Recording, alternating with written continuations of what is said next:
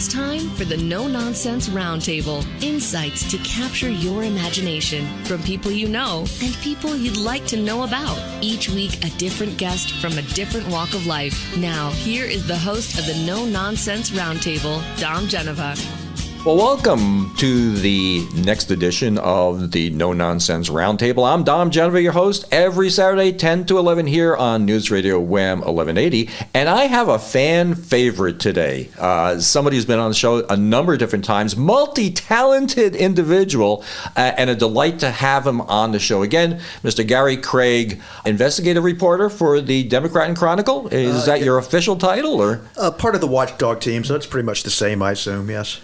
Well, and multi-talented, so you not only are a news reporter, but you've written a couple of books, and you are involved in this new documentary that we're going to talk about today. And now, because you're here, you're a radio personality too. I would imagine. The next step I've been hoping for. Yeah. So how you been since we last talked? The world has gone through some changes, and COVID, and now we got a war, and very interesting things. Yeah, we have a friend whose motto is "Don't challenge worse," and it seemed like as things were starting to improve with COVID, we ended up, as you said, with a war. It's like. So I don't know. Hopefully, we started in 2020, and I don't know. Hopefully, 2022 will improve soon. But I was in college, and somebody had something on their desk or something that says, "I sat down musing one day, and a friend came up to me and said, 'Don't worry, things could get worse.' And I felt better for a while, and then sure enough, things got worse." Yes. Sadly, that's been the trajectory of late. So let's talk a little bit about, give people a refresh on how you got to where you are now. You're not a native Rochesterian. Been here only 30 years, so yes. another 30 and you'll be accepted into being the Rochester person that you are. But then I'll know how to properly pronounce Charlotte by then, maybe. That's right. And we were talking about that before the show, ladies and gentlemen. Charlotte and Chili instead of Chile, and Avon instead of Avon, and we just don't get it. We're trying to figure it out, but we can't. But go ahead. Sure. I started newspaper in Farmville, Virginia, which is, as it sounds, like a farming rural community. One of the busiest days was when I went to a chicken house fire and the birth of twin calves, which apparently is unusual. I didn't know that at the time, but worked there. Went to a daily in Northern Virginia. Did a lot of it's funny, we talked about investigative reporting. I have this, I should probably accept it, but I believe that all reporters should be investigative to a degree. It should be sort of part and parcel of the job. And spent some years there writing on everything from county government to military electromagnetic pulse testing at a nearby base. And then came to Rochester for the sadly now defunct Times-Union, which I loved. I think the last person at the DNC now who worked at the Times-Union.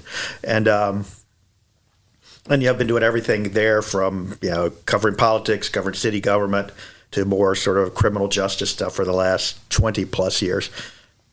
So let's talk a little bit about the craft of journalism, because you have hard news stories, you have feature stories, right? You have op-eds. I mean, what are the different categories of journalism? Let's put it that way. Just written print journalism.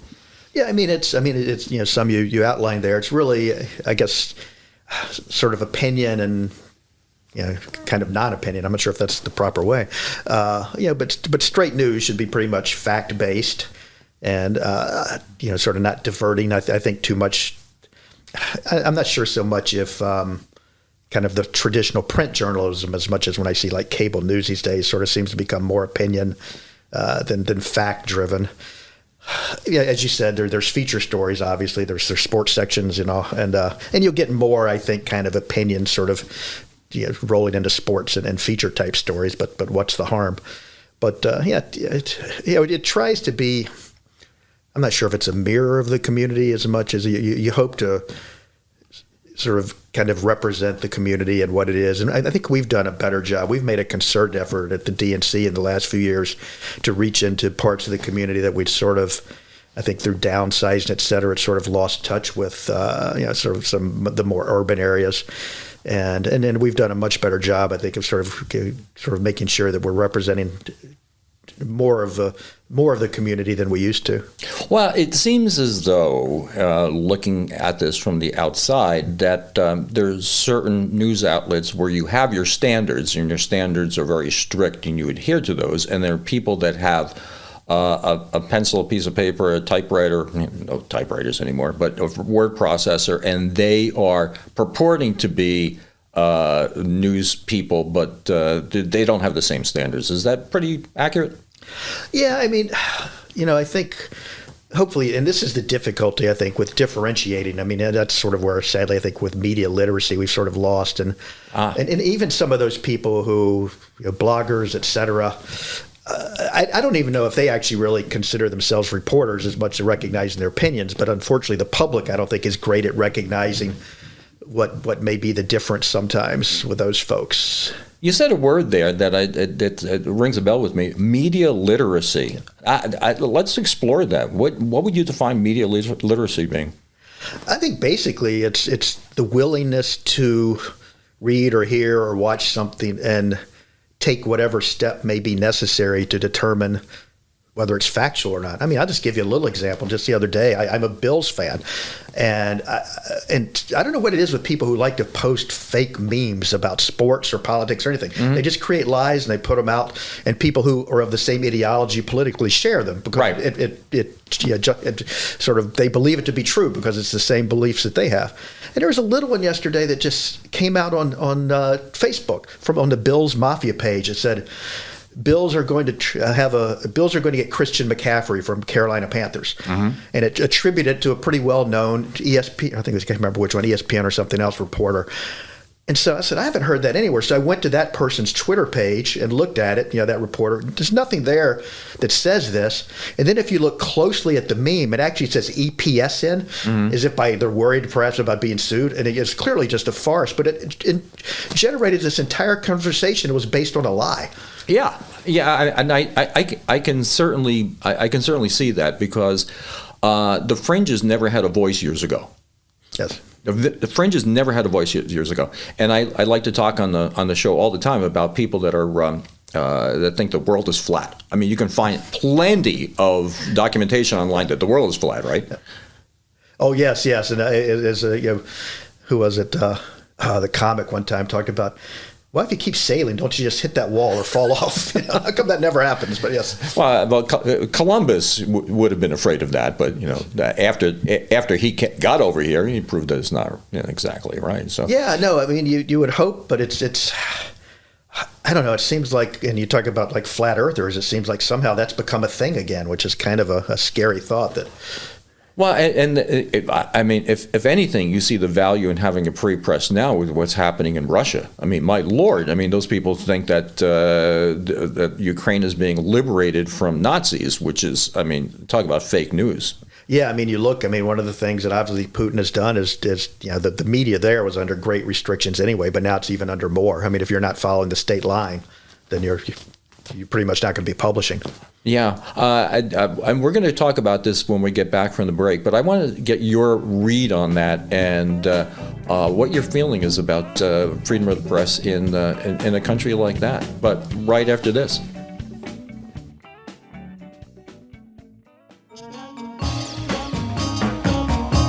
So welcome back. You're listening to the No Nonsense Roundtable. I'm Dom Genova, your host, here with Gary Craig, investigative reporter for the Democrat and Chronicle, author, and all-around good guy, I have to tell you. He's been on the show a couple of times, and you're always interesting.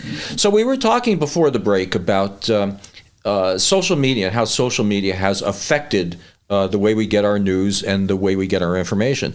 And the contrast with a country that we have a problem with right now, Russia, where social media is being suppressed along with the press itself. And hopefully social media will make some type of inroads where you can shut down a newspaper, but it's really kind of hard to shut down social networking, all told. Yeah, I mean, you take countries like North Korea, China, Russia. I think eventually it's going to get to the point where it's really hard to suppress just sort of this wave of social media that we see everywhere. That was somewhat central to the Arab Spring. If you look at social media and how much that was a part of a driving factor there.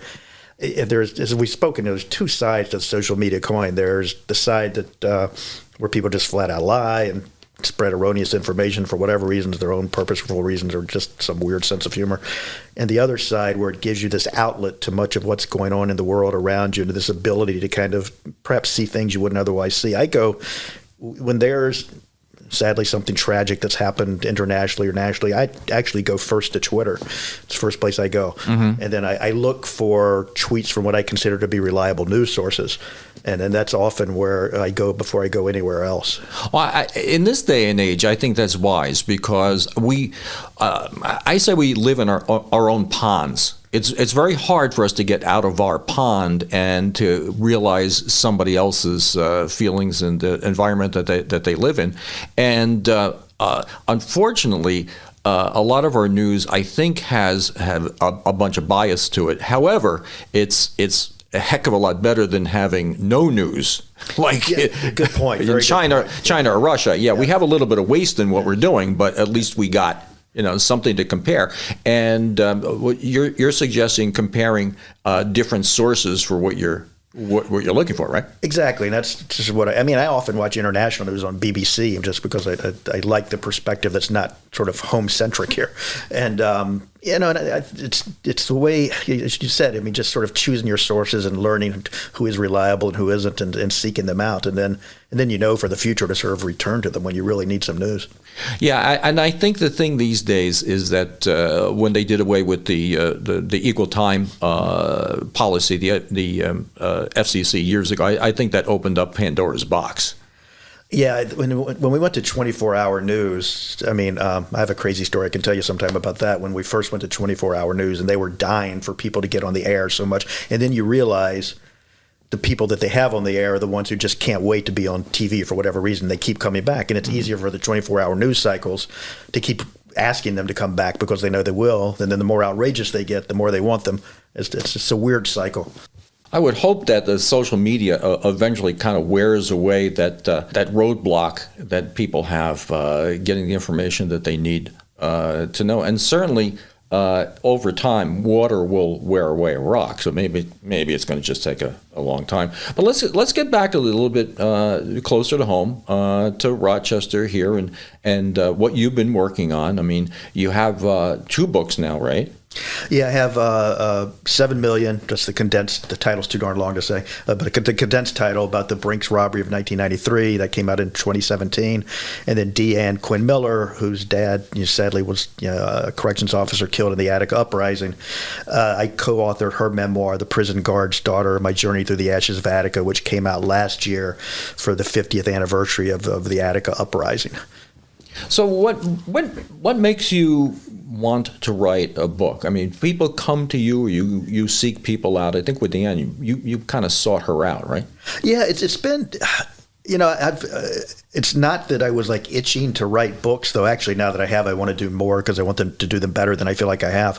I think Dee's, I really am proud and honored to have been part of her memoir. But yeah, the first one was basically I had 20 years worth of, information about the robbery, and I just said, well, shoot, this is such a crazy story. Let's package it as a book, and it just made sense. I'd actually started thinking about a book with it in 1995 or 96 and put it all on the shelf, and then years later decided to do it. With Dee, I did. I've never really thought much about writing what you would call as told to stories, where you're helping somebody tell their story. But I found Dee's story so compelling and positive in many ways. Her journey about learning about her late father and learning about the Attica riot, that I did encourage her to tell the story, because it's always just been one that I just was very moved by. I've known Dee for 20 plus years, and I just thought she has a wonderful story and powerful and necessary story to tell. So both of them, it was more stories that I wanted to tell than, I want to write a book. What story can I tell? Mm-hmm. If that makes sense. I think it was more the story and then the book than vice versa. Did you have this compulsion when you were young to? You're right. I see a light in your eyes. Yeah, very much. I started writing when I was 7 or 8 years old, and it's funny. I actually had to write something the other day about this, and I pointed out that even in college, I had an essay professor, my advisor, who I just loved. She was wonderful, and she actually graded me tougher. She told me she graded me tougher than everybody else in the class because she thought I should have higher standards for myself. And but what was interesting is I loved to write, so I went into newspaper because I wanted, even though it was a terrible paycheck, I wanted a regular paycheck. It was a paltry paycheck, but instead of trying to write the great American novel, I at least wanted to get paid. You know, I think I was 30 years old before I made $20,000 a year, and but what I found was I actually enjoyed the reporting part of it so much that became more sort of what drives me almost more than the writing. I have a hard time sometimes making myself sit down and write because I love the reporting. So when you're doing your reporting, how concerned are you that your own bias can be subconsciously involved in that? Is it something you're concerned about, or something that's just naturally you don't have to worry about, or you personally? No, I think you have to think about it, but then I think, it's part of the job that then you push it aside. There are many people I've quoted through the years who ideologically or philosophically I am probably at odds with. But that doesn't mean that I'm going to keep them out of their stories and my opinions and their thoughts and whatever part of the story. But that's just part of the job. We all have sort of biases and opinions, but you need to put them on the shelf. Yeah, well, and that's completely different than writing a book. Writing a book, you have a lot more freedom to editorialize, if you will.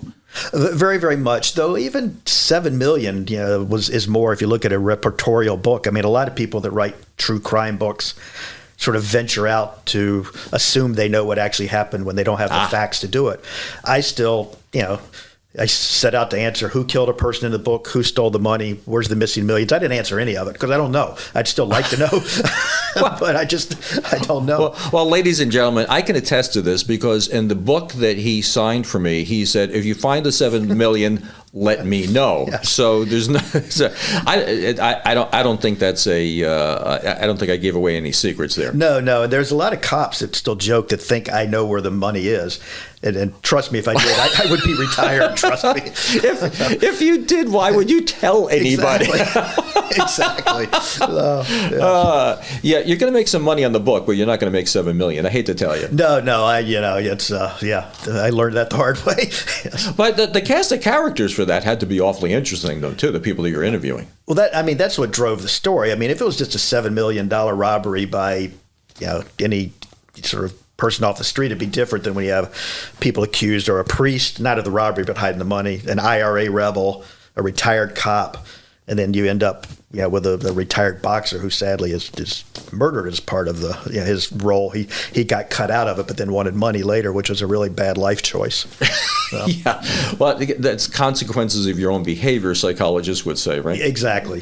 So, we're going to be talking. We're going to talk about the two books, but also the one book has evolved and is continuing to evolve into more than just a book, which is really kind of cool too. So, and we're going to be talking about that, right after this news break.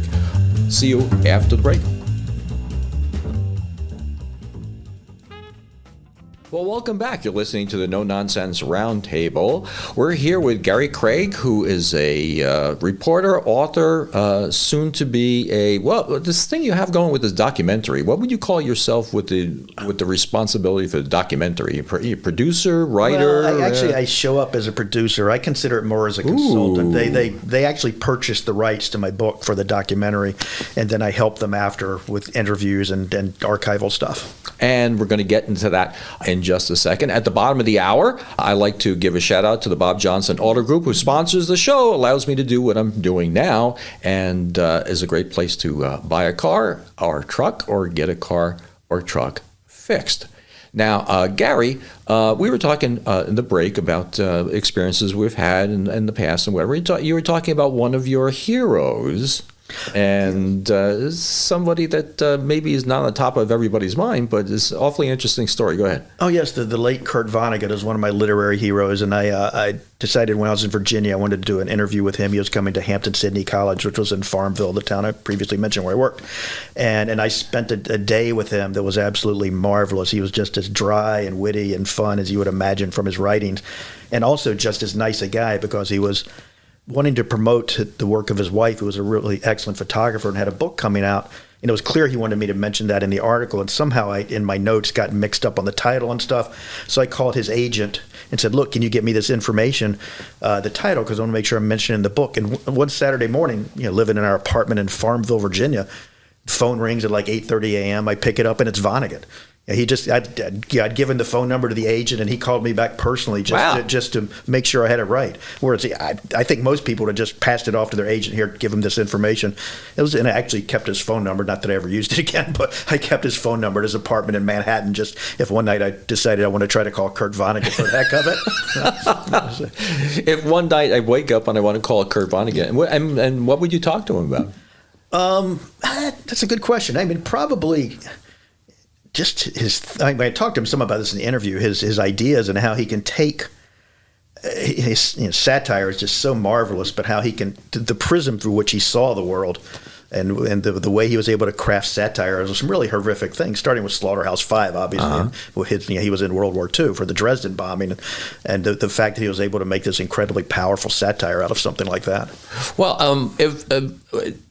tell me about when we're going to get into the craft of writing and writing, publishing a book. How long does it take you from conception to publication to do a book?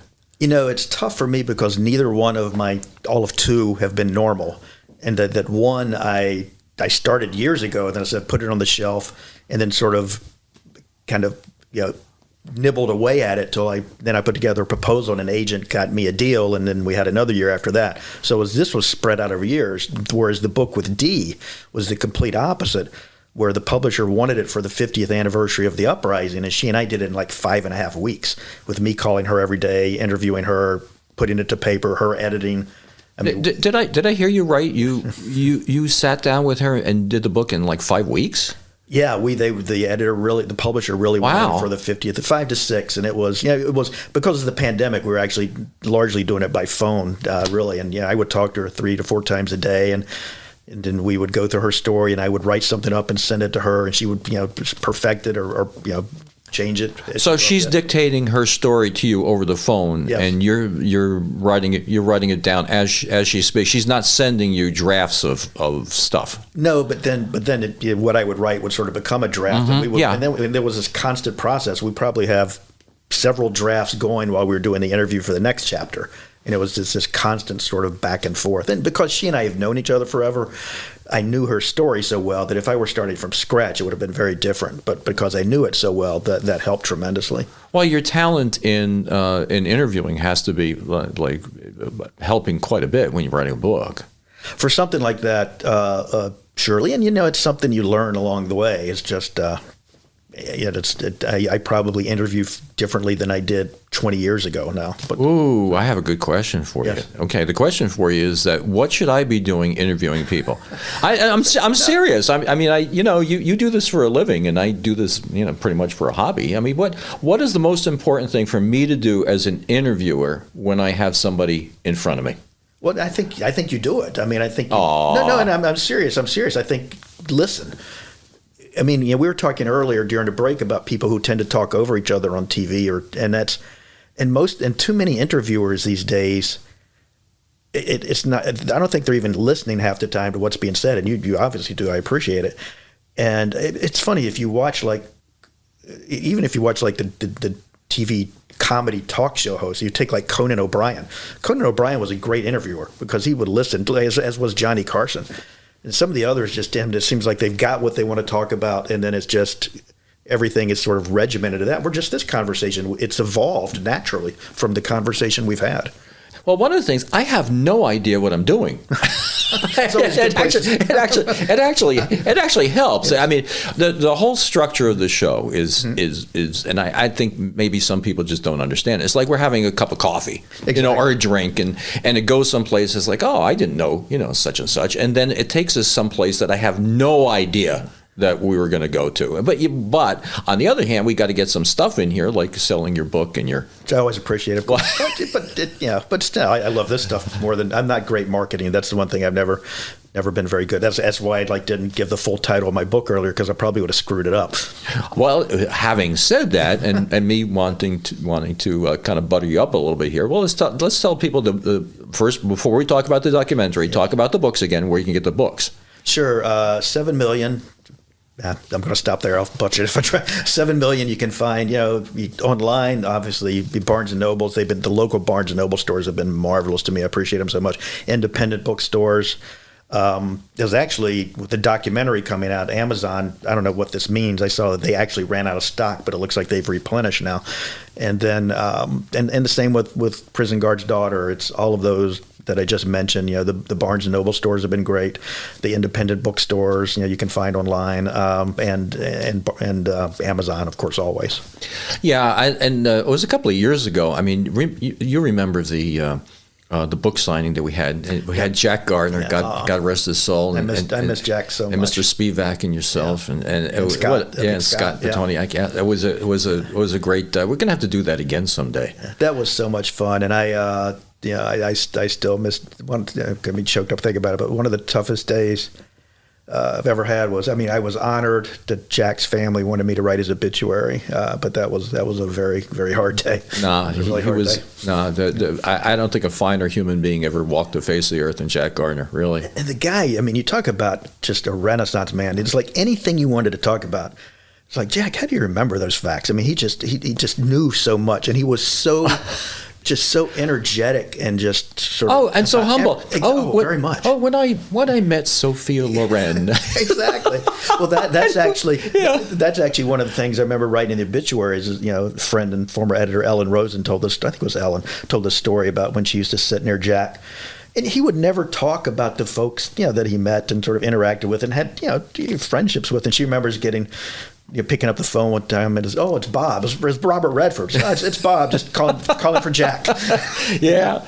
No, he was, and I'm proud to say, a fellow alum with St. Bonaventure University. He was there.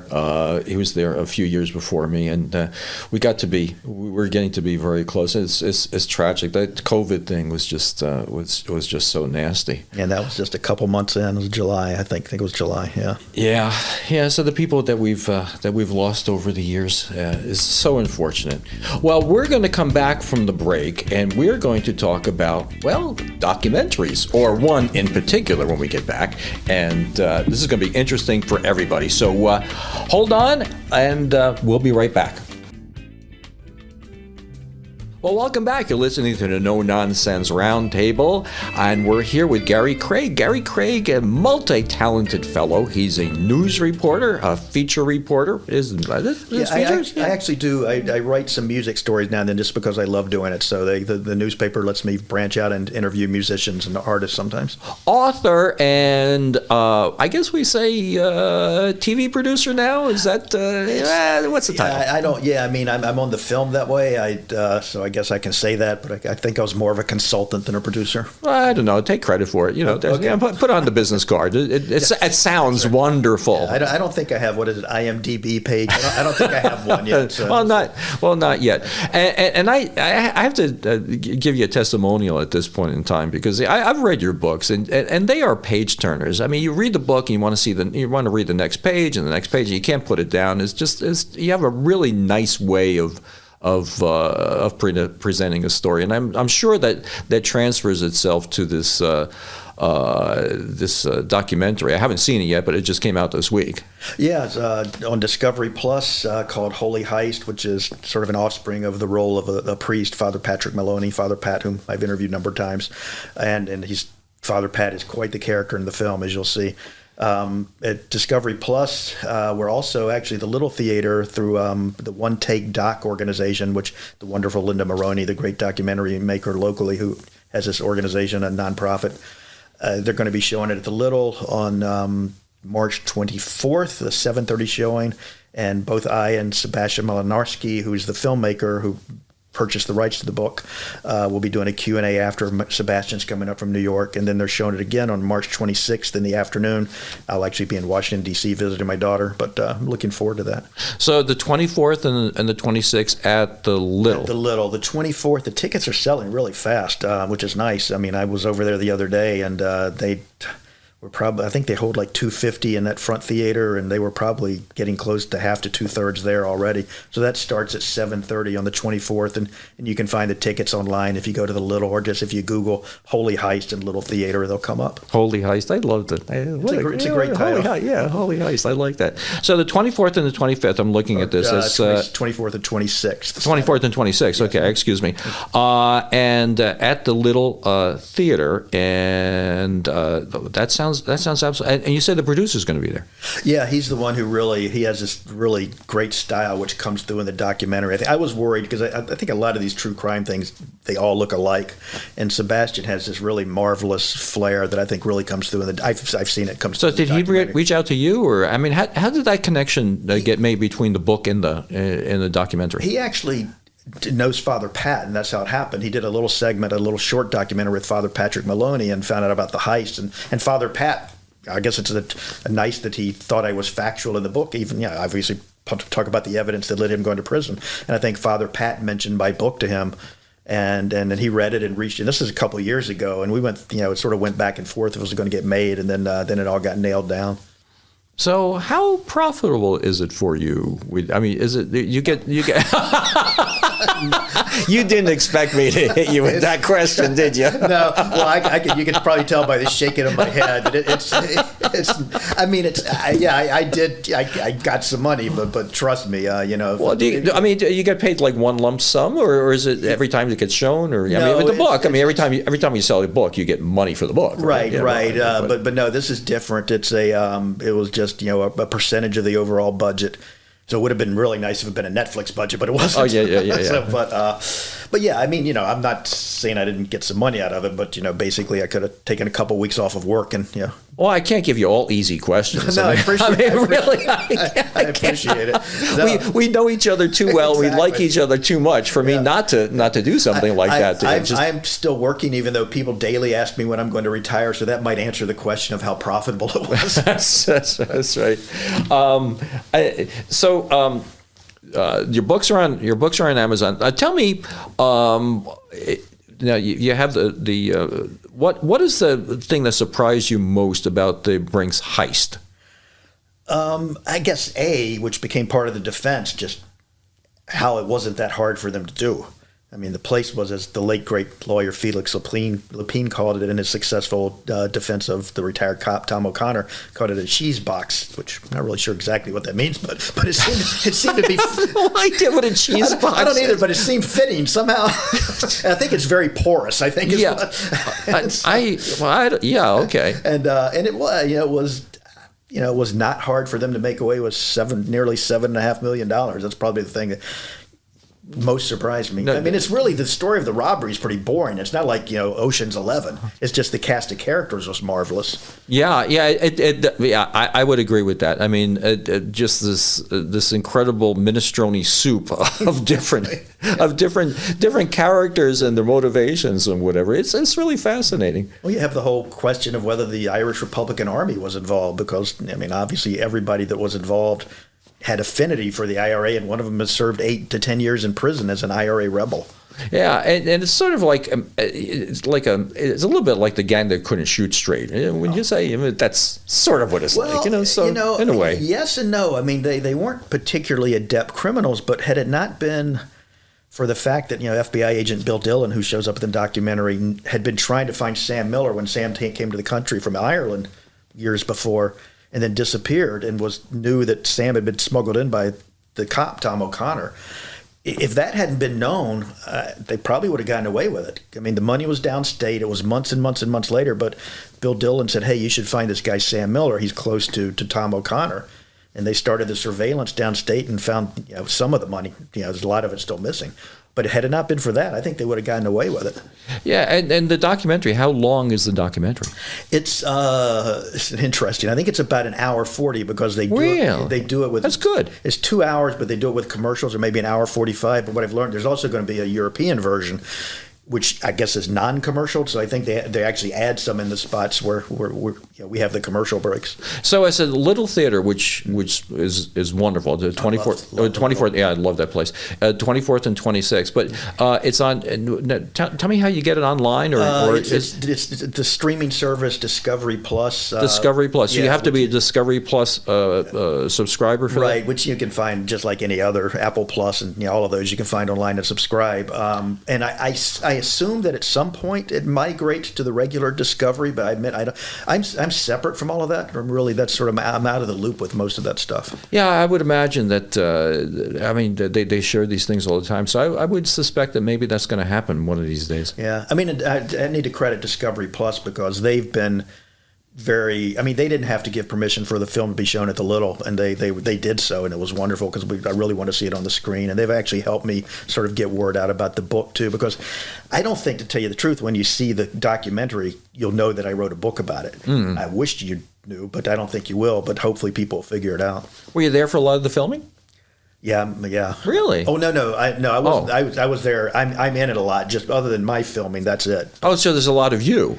Yeah. They made me dress up and put me in lighting that makes it look like I look okay, which with dark lighting. No. You look fine. I'm looking at you now, and everybody who's listening to the radio, he looks fine. Thank you. I appreciate that. Very good. You decided to keep all your hair. That helps. Yeah. I guess. Again, two sides of the coin. I'm from a family that keeps all their hair, but we go white when we're 30. So it's it goes both ways. Well, it's certainly great to have you on again, and it's been a delight. Yeah. Oh, it's always a blast talking to you. There's so many different things that you've done and aspects to your life, and you're delightful. And one thing about you that's wonderful is you always return my call. Thank you. I appreciate that. and I will continue to. And not everybody does. Yes.